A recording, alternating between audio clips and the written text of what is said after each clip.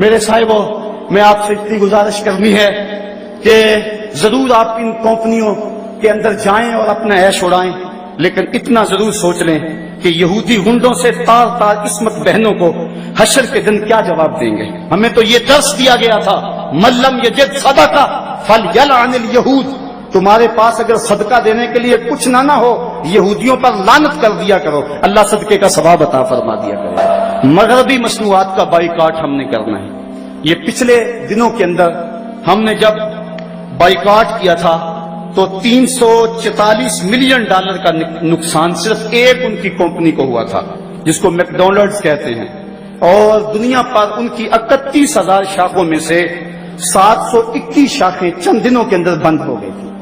اس وقت دنیا پر ہزاروں ملٹی نیشنل کمپنیوں نے جال بچھایا ہوا ہے، جن میں قابل ذکر 500 کمپنیاں ہیں، اور ان کے اندر 414 کمپنیاں جو ہیں وہ یورپ، امریکہ اور جاپان کی ہیں، اور ان میں سے زیادہ تر لوگ یہودی ہیں، اور یہ 30 سے لے کر 60% تک اپنی رقم اور اپنی آمدنی کا جو حصہ ہے وہ اسرائیل کی حفاظت کے لیے ادا کرتے ہیں۔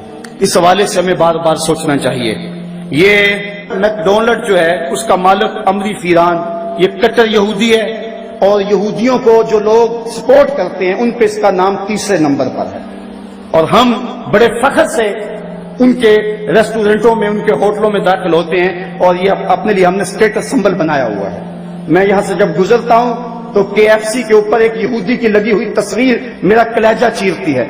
میں کہتا ہوں کبھی تو ہمارا مزاج یہ تھا، ہماری مائیں ہمیں کہانیاں سناتی تھی کہ 12 آئے 2 انگریز، اگلے نالوں پچھلا تیز، اس سے مراد پاخانہ اور پیشاب تھا، اور آج ان کی تصویریں جو ہیں وہ ہمارے سروں کے اوپر لگی ہوئی ہیں۔ کبوتر کی طرح آنکھیں بند نہ کریں اور ان کی طاقتور تشہیر کے سامنے بے بس نہ نظر آئیں۔ سوچو تمہاری رقم کہاں جا رہی ہے۔ مغربی مشروبات کو رات دن استعمال کرنے والوں، فلسطینیوں کے بہتے ہوئے لہو کا بھی خیال کرو۔ سگریٹ کی جو کمپنی فلپس مورس ہے، اس میں مسلمان جو سگریٹ پیتے ہیں وہ کمپنی 21% اسرائیل کو دیتی ہے۔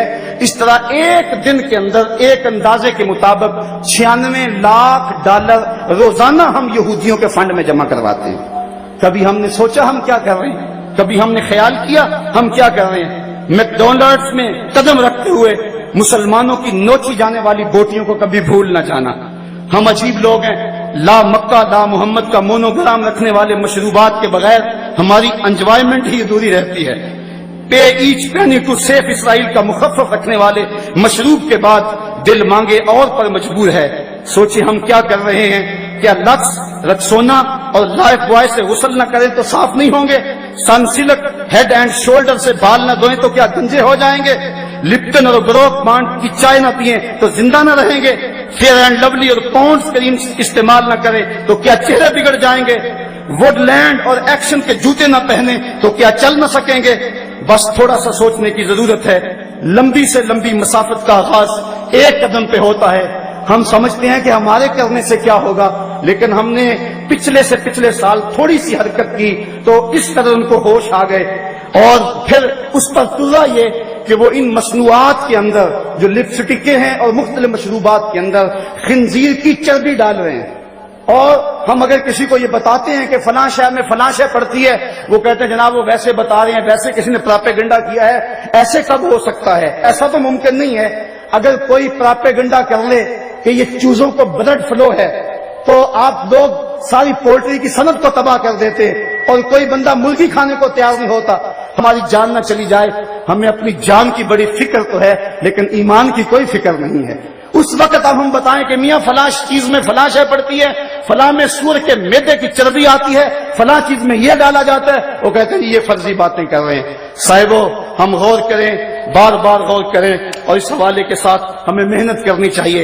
ایک تو ہمارا کام یہ کہ مغرب کی مصنوعات کا ممکنہ حد تک ہم بائیکاٹ کریں، وہ چیزیں جن کا متبادل یہاں موجود ہے وہی استعمال